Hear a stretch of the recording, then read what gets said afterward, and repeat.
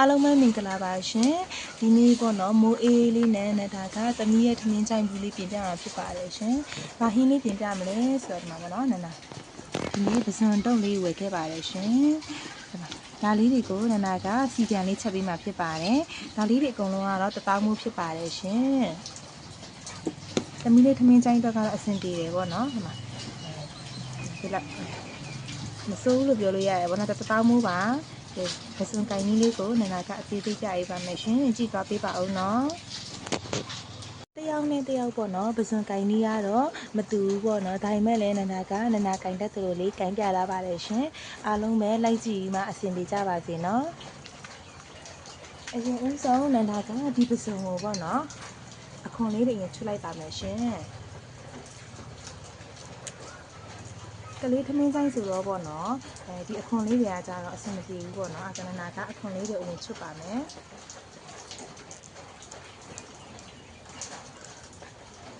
ဒီအမီးလေးကိုတော့ခြံထားရမှာနော်ဒါဆိုဆွဲစားတဲ့ခါကျရင်သူအဆင်ပြေအောင်လို့ဒီလာလေးကတော့ခြံထားလိုက်ပါမယ်ပြီးရင်ဒီခေါင်းသားလေးကိုလည်းဖြုတ်မယ်ပေါ့နော်ကလေးကိုပေါ့နော်ဒီစူးမှာဆိုလို့ဒီမှာဒါလေးတော့ခွေလိုက်ပါမယ်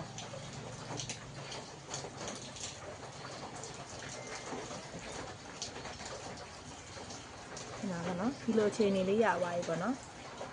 ဒါဆိုရင်လာကဒီရဲ့ကြောကြီးလေးထုတ်မယ်နော်ဒါလေးတွေကပေါ့နော်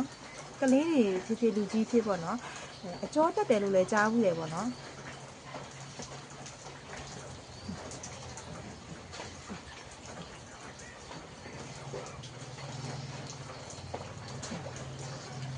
ဒါလေးကိုထည့်လိုက်ပါမယ်ရှင်နားပေါ့နော်ဆက်ဆင်းမရပါဘူးဒီလိုပုံစံလေးပါနောက်တစ်ကောင်ကန်ကြပါမယ်အရင်ဦးဆုံးသူ့ရဲ့ဒီပေါ့နော်ဒီအခွန်လေးတို့အရင်ခွာပါမယ်ရှင်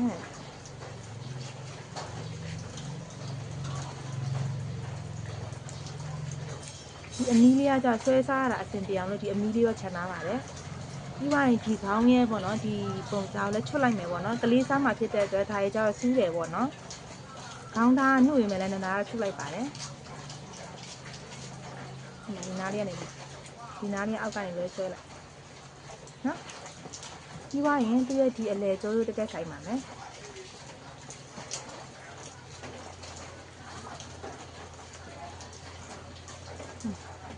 ဒါဆိုရင်သူ့ရဲ့ဒီချက်မဲမဲလေးပေါ့နော်ဒီမှာဒီမဲမဲချီချောင်းလေးလားပါအကြောချောင်းလားပါလေတော့မသိဘူးဒီမဲမဲလေးကိုထုတ်လိုက်ပါတယ်ပေါ့နော်နားကတော့ဒါဆိုရင်အများကြီးတော့မကင်ကြတော့ဘူးเนาะဒီမှာလောက်ရရလဲအဆင်ပြေကြပါစေရှင်စနေကိုအခွန်ခွာကြောထုတ်ပြီးပြီဆိုတာနဲ့ပေါ့နော်ရေဆေးတန်းစင်ပါမယ်ရှင်ရေကိုတေချာလေးပြောင်းဆေးပါမယ်နော်ဆေးရွားပြီဆိုလို့ရှိရင်စားရယ်ဟင်းခမုတ်ရယ်စနင်းရယ်ပန်းကံပြရယ်အကြည်လေးရယ်နေမှတ်ထားလိုက်ပါတယ်ရှင်ပစုံကိုအခွန်ခွာမယ်ရေဆေးတန်းစင်မယ်ပေါ့နော်အားလုံးပြောင်းဆေးပြီးွားပြီဆိုရင်စားဟင်းခမုတ်စနင်းပန်းကံပြရည်အကြည်လေးနေမှတ်ထားပါမယ်ရှင်ဒါလေးရတော့ပေါ့နော်နေမှတ်ထားပါမယ်ပစုံစီပြန်ရင်ချက်ဖို့ရန်တက်ပေါ့နော်အနစ်ကိုလုပ်ပါမယ်အနစ်လုပ်ဖို့ရန်တက်ကကြတော့နနာကခရမ်းချင်ဒီလေး3လုံးကြက်တွန်လေး2ဦးနဲ့ကြက်တွန်ဖြူလေးအနှဲငယ်ကိုပေါ့နော်နနာက3နားပါတယ်ရှင်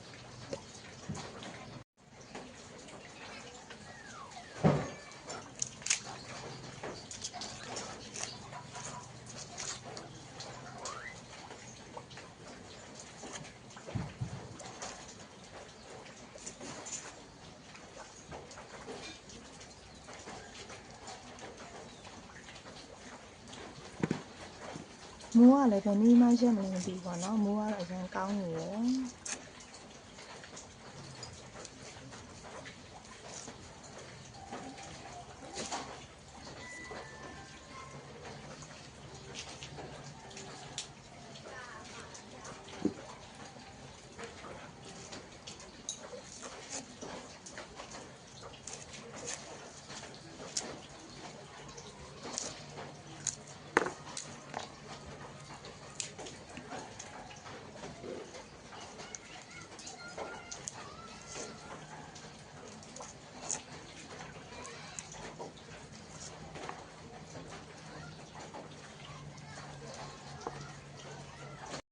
ပေါ့နော်ရေဆေးတန်းဆင်ပြီးသွားပြီဆိုရင်ကြက်သွန်ဖြူနဲ့ကြက်သွန်နီကိုရောထောင်းပါမယ်ရှင်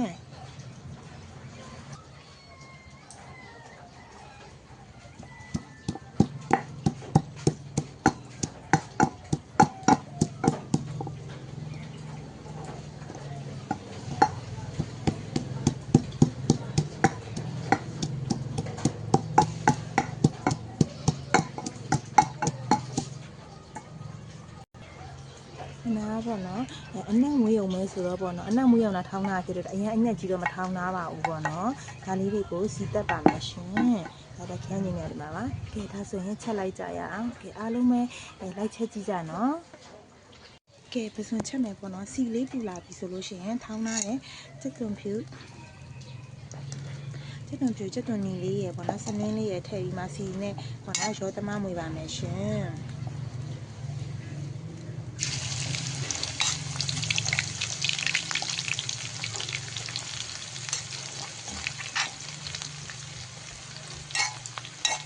ခဏလေးဖက်ကန်းကတော့မလီးဘူးပေါ့နော်ကြီးမလာပါဘူးရှင်အဲ့ဒါဆိုတော့ဒီလိုနဲ့လည်းချက်ရပါတယ်ခဏလေးရဲ့ဖက်ကန်းကတော့မလီးပါဘူးရှင်အ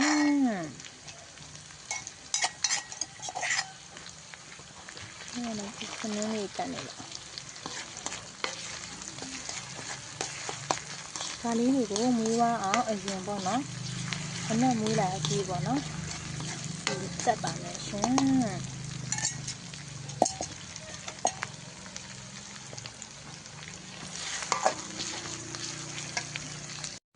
အနံ့လေးကလည်းမွေးလာပြီကြက်သွန်ဖြူနဲ့ပေါ့နော်ဒီဖောင်းတဲ့ကြက်သွန်နီလေးကလည်းပေါ့နော်နန်းလာပြီဆိုလို့ရှိရင်ခဏကညက်ထားတဲ့ဒီခန်းကျင်လေးကိုထည့်ပါမယ်ရှင်အားလုံးကိုပေါ့နော်ရောသမမူလာကြီးမှာပေါ့နော်အနည်းကြီးရဲ့ကြီးပေါ့နော်ချက်ပါမယ်ရှင်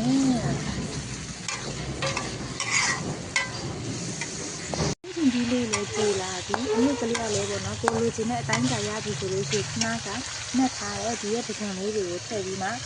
ရောသမမူမှာချက်ပါမယ်ရှင်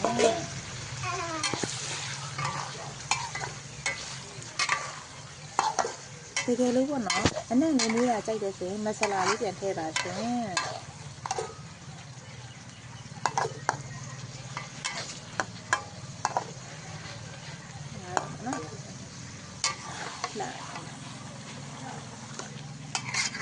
ကလေးစားမှာဆိုတော့ပေါ့နော်နာစနင်းမဲ့ထည့်တယ်အရောင်လေးလုံးဝမသုံးပါဘူးရှင်ဒီလိုလေးဆွဲစားရုံပဲပေါ့နော်ကဲဒါဆိုကြည့်လိုက်ကြတော့ဘယ်လိုလဲဆွဲထက်လာမလဲဆိုတာကြည့်လေးကြပါဦးနော်အနံ့လေးပေါ့နော်ဒီထက်မကပုံမရအောင်လို့နန္ဒာကတော့ကလားလေးမဆလာပေါ့နဲ့ထည့်ထားပါလို့ရှင်ဒါလေးဆိုရင်ရေခမ်းပြီးမှပေါ့နော်စီပြန်လာပြီဆိုလို့ရှိရင်ပဇွန်လုပ်စီပြန်ရပါပြီနော်ကဲဒါဆိုရင်စီလေးလည်းပြန်လာပြီပေါ့နော်ဒီလောက်နေသားလောက်ဆိုရင်ပေါ့နော်ကိုလိုချင်တဲ့နေသားတော့ရှာပါနော်နန္ဒာကတော့ဒီလောက်နေသားဆိုရပါပြီရှင်ဒီမှာဒါပဇွန်လေးပေါ့နော်ဒီမှာခဏကသူ့ရဲ့အမီးလေးကိုပေါ့နော်ဘာလို့ခြံလိုက်ကြဒီမှာဒီလိုလေးပေါ့နော်ဆွဲပြီးမှစားရအောင်လို့ဖြစ်ပါတယ်ရှင်တိုင်းမှာပေါ့နော်ဒါစီနဲ့ကျက်သွားပါပြီရှင်ကဲတမီးလေးထမင်းဆိုင်ကိုထည့်ဖို့ရန်အတွက်ပဇွန်ပြီးသွားပြီဆိုတော့နောက်ထပ်ပေါ့နော်တဲရင်ပေါက်ကလေးနဲ့သူ့ဘူးလေးနဲ့ကြိုပေးပါမယ်ရှင်ဟုတ်ပါမလေးမမကြီးတို့တော့တသားအတွက်ကိုဟုတ်ပါတယ်အချူချူလေးပါစားကြပါအောင်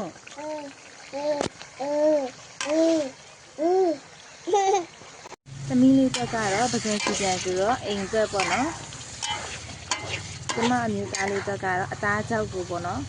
ဝက်သားကြောက်ပေါ့နော်ဝက်သားကြောက်ကိုခန်းယူလေးနဲ့ဆက်ဆက်ကလေးချက်ထားပါတယ်ရှင်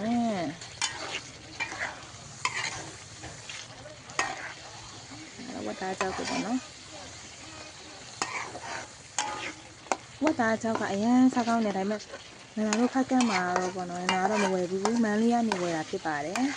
အရန်တန်အရန်စားကောင်းတော့ပဲပေါ့နော်မန္တလေးမှာအရန်ပေါ့နော်အစားအသောက်တွေအရန်ပေါ်တယ်နာတို့ကတဘောရန်ကြပါတယ်ဒီဝတ်သားကြောက်ကိုဆက်ဆက်ကလေးချက်ပါမယ်ပြီးသွားလို့ရှိရင်ငပိချိုအတိုးမြုပ်ကလေးရယ်ပေါ့နော်ပြီးသွားရင်ပဲပြင်ပေါက်ကလေးနဲ့တိုကူးပြားလေးနဲ့ပေါ့နော်အဲ့ဒါလေးကြော်ပေးပါမယ်ကဲဒါလေးကအသားကြောက်ဆက်ဆက်ကလေးပါ ကဲငပိရီချိုအတွက်ဆိုလို့ရှိရင်တော့ပေါ့နော်နန္ဒာတို့ကငပိရီချိုနဲ့လည်းမပြီးသွားဘူးအတိုးမြုပ်ကလည်းပါအောင်မှာပေါ့နော်ဘာအတိုးမြုပ်လေးလောက်ထားလဲဆိုဒီနေ့ကတော့ပေါ့နော်တရက်သီးပါမယ်ရုံးမဒီဒီလေးပါမယ်တင်မောအပွင့်အဖူးလေးတွေပါမယ်ပေါ့နော်ခါတက်လေးနဲ့အရတာတော့ပေါ့နော်စားကောင်းပါတယ်ရှင်ကျမကြီးနဲ့လည်းညီညွတ်တယ်ပြီးရင်နောက်တစ်ခုကပေါ့နော်နိုင်ငံလုံးဥစားဘူးကြလားမသိဘူးနန္ဒာတို့ကတော့သူ့ရဲ့အရွက်ကလေးကိုငပိရီချိုလေးနဲ့မြုပ်ပြီးမှပေါ့နော်စားပါတယ်ရှင်အရန်ကောင်းတော့လေးပေါ့ဒါလေးကတော့ကစော့ဒီဖြစ်ပါတယ်ရှင်အခါဒီမဟုတ်ဘူးပေါ့နော်အရန်မခါရီတာပေါ့နော်နောက်တစ်ခုကတော့ကင်းမုံဒီကလေးကိုနန္ဒာတို့ကပြုတ်ပြီးတော့မှလည်းမြုပ်ထားပါသေးတယ်ရှင်ဒါလေးကတော့ပေါ့နော်ခတွင်းပြက်နေတဲ့လူတွေအတွက်အရန်အဆင်ပြေတယ်နန္ဒာတို့ကတော့ပေါ့နော်ထောင်းတာပေါ့နော်ထမင်းမစားကောင်းတဲ့လူတွေဆိုလည်းအရန်ဆင်ပြေတယ်ကစော့ဒီပါမယ်ကင်းမုံဒီပါမယ်ကြက်ရင်ငါးဒီလေးပါမယ်ငရုတ်ဒီစိမ့်လေးပါမယ်ပေါ့နော်နန္ဒာအားလုံးကိုရောသမမွေမှာထောင်းနာတာဖြစ်ပါတယ်ရှင်ဒါလေးတွေကတော့နန္ဒာတို့ဒီနေ့စားမယ်အတိုးမြုပ်စုံလေးတွေဖြစ်ပါတယ်ရှင်စားကြပါအောင်နော်ငပိရေချိုဆိုရင်ပေါ့နော်နန္ဒာကကြက်သွန်နီကြက်သွန်ဖြူငရုတ်သီးစိမ့်လေးတွေကိုမီးဖုတ်ပြီးတော့မှထောင်းထည့်ထားပါတယ်ရှင်အနံ့လေးလည်းမွေးအောင်လို့ပေါ့နော်ပြီးလို့ရှိရင်နောက်တစ်ခုအနေနဲ့ပေါ့နော်အယောင်လောက်အောင်ကကြတော့ပေါ့နန္ဒာကငရုတ်သီးအကြမ်းမုံလေးကိုထည့်ပြီးမှပေါ့နော်မွေရတာဖြစ်ပါတယ်ရှင်ဆက်ကလေးနဲ့ပေါ့နော်မိုးလေးကလည်းရွာနေရနဲ့ပေါ့နော်ရှယ်ပဲ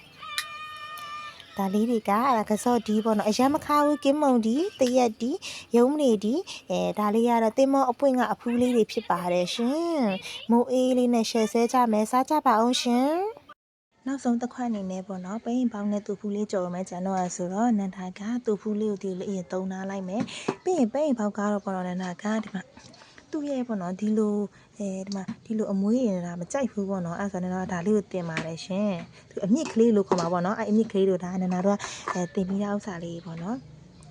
အဲ့ဒါလေးကိုတင်ပါမယ်ရှင်ဒါတော့တင်ပြီးသားလေးပေါ့နော်ဒီလိုဖွေးလေးဖြစ်သွားပြီဆိုရင်တော့ကြော်စားကလည်းအဆင်ပြေတယ်ပေါ့နော်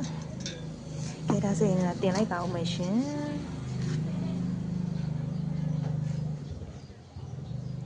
သူ့ရဲ့ဒီအမွေးကြီးကပြီးလို့ရှိရင်ပေါ့နော်အမြင့်လို့ခေါ်မှာပေါ့နော်သူ့ရဲ့ပိန်ပေါင်းရဲ့အမြင့်လို့ခေါ်မှာပေါ့ဒီအမြင့်ကြီးကကြော်စားတဲ့ခါလည်းအဆင်မပြေဘူးပြီးလို့ရှိရင်သူ့ရဲ့ဒီမမဲကြီးတွေလေဒါကြီးတွေကလည်းအဲ့မကြိုက်ဘူးကွာဘယ်လိုပြောရမလဲမသိဘူးဒါကြီးတွေမကြိုက်ဘူးအဲ့ဆိုရင်တော့တင်လိုက်ပါမယ်ပိန်ပေါင်းနဲ့တူပြားလေးကြော်ပါမယ်ရှင်နောက်ပိတ်ဆုံးပေါ့နော်ဒါလေးကိုသမီးလေးကိုထမင်းကြိုက်နေကိုထည့်ပါမယ်ပစွန်လေးရယ်ဒီရဲ့ပေါ့နော်ပိန်ပေါင်းတူပြားကြော်လေးရယ်ထည့်ပါမယ်ရှင်ဒီနေ့အတွက်ဟင်းလေးရတော့ဒါပါပဲရှင်ကြည့်ပေးကြပါဦးနော်ပိန်ပေါင်းနဲ့တူပြားလေးလည်းကြော်ပါဦးမယ်ပဲပင်ပေါင်းနဲ့တူဖြူလေးနဲ့ကြော်မှာဖြစ်ပါတယ်ရှင်အရင်ဦးဆုံးနန္ဒာကဒီတူဖြူလေးကိုအရင်ကြော်ပါမယ်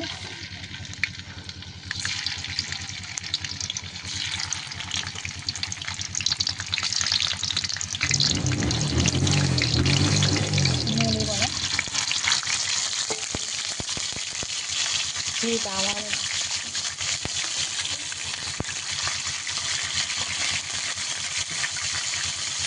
ဒီတိုင်းမှာအစိမ်းစားလေးဆိုရင်လည်းညီတယ်လို့ပဲပြအနက်ညာလည်းညီလေးပေါ့နော်ဒီတိုင်းအစိမ်းစားလိုက်လို့ရှိရင်အစိမ်းကြော်ရင်လည်းရတယ်ပေါ့နော်ဒါပေမဲ့နန္ဒာကတော့လည်းဒီတင်းနဲ့လည်းညီတယ်လို့မျိုးခံစားရတာဖြစ်တာကမို့နန္ဒာကတော့ဒီလိုမျိုးလေးစီလေးနဲ့ပေါ့နော်အရှင်ဆုံးကြော်လိုက်ပါမယ်ရှင်ပဲပြလေးကိုကြော်ထားပါမယ်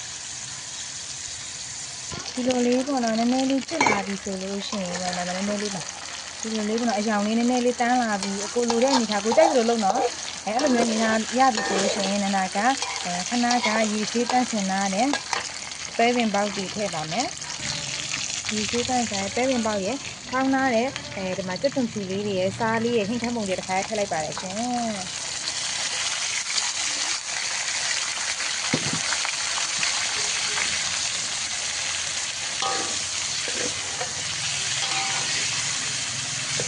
Morning fueron días de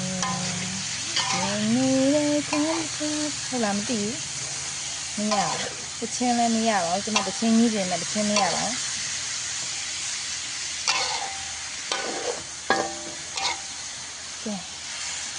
ကဲဒီမှာပါ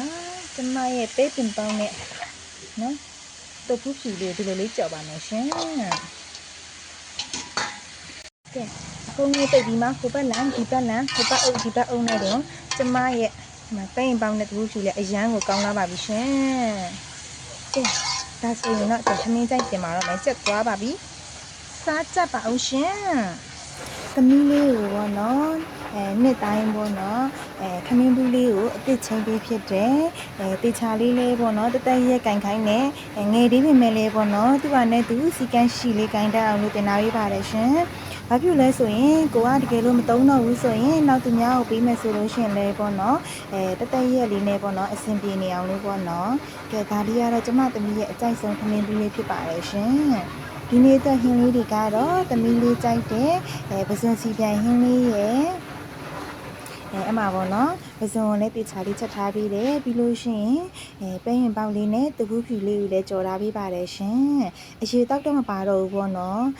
ဒီဟာလေးပါပဲရှင်ပြီးွားလို့ရှိရင်တော့ပေါ့နော်သမီးလေးပေါ့နော်ထမင်းလေးပါစားပြီးွားလို့ရှိရင်အချူသေးရအောင်လို့အမနှုတ်ဘူးလေးရဲ့ချောကလက်လေးရဲ့ပါပါတယ်ရှင်ဒီနေ့ရဲ့ဗီဒီယိုလေးကိုအစအဆုံးကြည့်ပေးကြတဲ့တဦးတယောက်ချင်းစီအားလုံးကိုကျေးဇူးအများကြီးတင်ပါတယ်ရှင်အားလုံးပဲစီးပွားရေးတွေအဆင်ပြေကြပါစေ